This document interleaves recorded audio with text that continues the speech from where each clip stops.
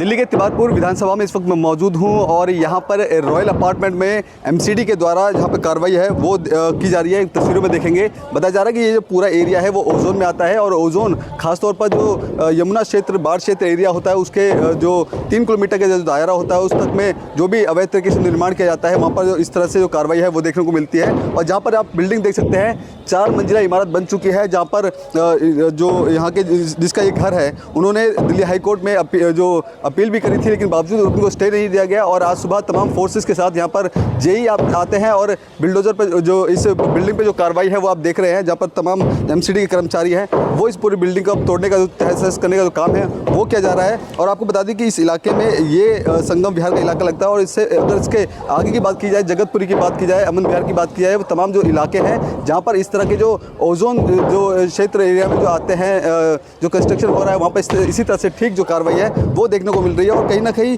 इस पूरे इलाके में इस कार्रवाई के बाद कहीं ना कहीं डर का माहौल है, क्योंकि इस ओजोन में तकरीबन लाखों ऐसे घर बताए जा रहे हैं जो इसकी जद में आएंगे और आने वाले समय में उस पर टूटने के जो कगार पे है वो खड़े होंगे। लेकिन ये जो अपार्टमेंट के लोग हैं यहाँ पर कहीं ना कहीं जिस तरह से बताया जा रहा है कि ये जो काम है काफ़ी लंबे समय से चल रहा था और इसको पूरा 4 मंजिला इमारत बना दी। और हैरानी वाली बात यह है कि यहाँ से आप देखेंगे एक हाई टेंशन तार है वो निकल रही है, तो कहीं ना कहीं ये भी खतरा है। और इस तरह से घर का जो स्ट्रक्चर बनाया गया है ये कहीं ना कहीं एक तरह से इलीगल है, क्योंकि 3 मंजिल के बाद ऊपर चौथा जो बनाया जाता है जिस पर इस तरह का जो एक्शन है वो देखने को मिलता है। अभी जो फिलहाल जो एमसीडी के तमाम जो कर्मचारी है वो अभी पहले मंजिले पर अपने तोड़ फोड़ का जो काम है, बिल्डिंग को ध्वस्त करने का जो काम है वो किया जाएगा। इसके बाद आगे का जो 3 फ्लोर और है उस पर भी इस तरह की जो कार्रवाई है वो देखने को मिलेगी। लेकिन कहीं ना कहीं आपको बता दें कि इस एरिया में ये कोई पहला इस तरह से इलीगल कंस्ट्रक्शन में नहीं है। इससे पहले भी अगर बात की जाए तो लगभग 4 ऐसे मकानों पर जहाँ पर इस तरह के एमसीडी के द्वारा कार्रवाई की गई है और अंदाज़ा लगाया जा रहा है कि आने वाले समय में ठीक इसी तरह से जो कार्रवाई है वो लगातार जारी रहेगी, क्योंकि ओजोन एरिया बताया जा रहा है। क्योंकि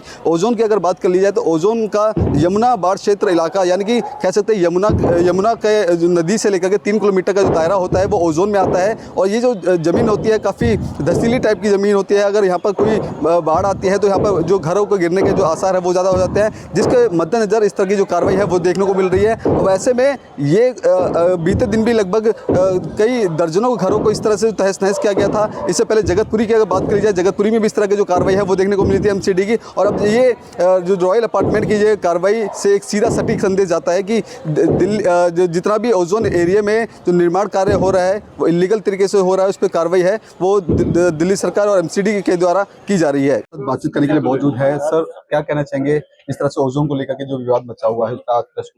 मैंने आपको बता दिया है, दिल्ली की जो 92 कॉलोनियां ओजोन में आती हैं ये पहले ही रेगुलराइज हो चुकी है। पुरानी आबादी को बिल्कुल कोई टच करने नहीं जा रहा है। लोग नई कंस्ट्रक्शन ना करें। श्रीमती रेखा गुप्ता जी की सरकार ने अनऑथराइज्ड कॉलोनीज के विकास के लिए लगभग 2000 करोड़ रुपए दिए हैं। गांवों के विकास के लिए 3000 करोड़ रुपया दिए हैं। सभी गांव और कॉलोनियों में विकास के कार्य चल रहे हैं। हम बहुत आभारी हैं देश के प्रधानमंत्री श्री नरेंद्र मोदी जी के कि 40 साल के बाद उनकी सरकार ने 1511 अनऑथराइज्ड कॉलोनीज को नियमित करके उनको मालिकाना अधिकार भी दिया है और वहाँ विकास के कार्यों में भी तेजी आई है। और अंत में हम लोगों से अपील करते हैं कि भ्रमित और भयभीत होने की आवश्यकता नहीं है। ओजोन 10 अगस्त 2010 को लगाया गया था, तब दिल्ली में भी और केंद्र में कांग्रेस की सरकार थी। 2014 में जब कोई रिट डाली गई तो उस समय दिल्ली में लगातार 11 साल तक आम आदमी पार्टी की सरकार रही।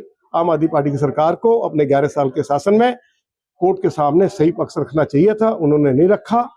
तो कृपया करके अपनी गलती को भी स्वीकार करें और लोगों को भयभीत ना करें, यही मेरी अपील है। ये भी बताया कि वहाँ पे आम आदमी पार्टी के कुछ नेता हैं जो वहाँ पे कब्जा की कोशिश कर रहे हैं। अरे भैया, कौन आम आदमी पार्टी के नेता हैं? वो अपनी बात कहेंगे, उनको राजनीति करने का पूरा हक अधिकार है।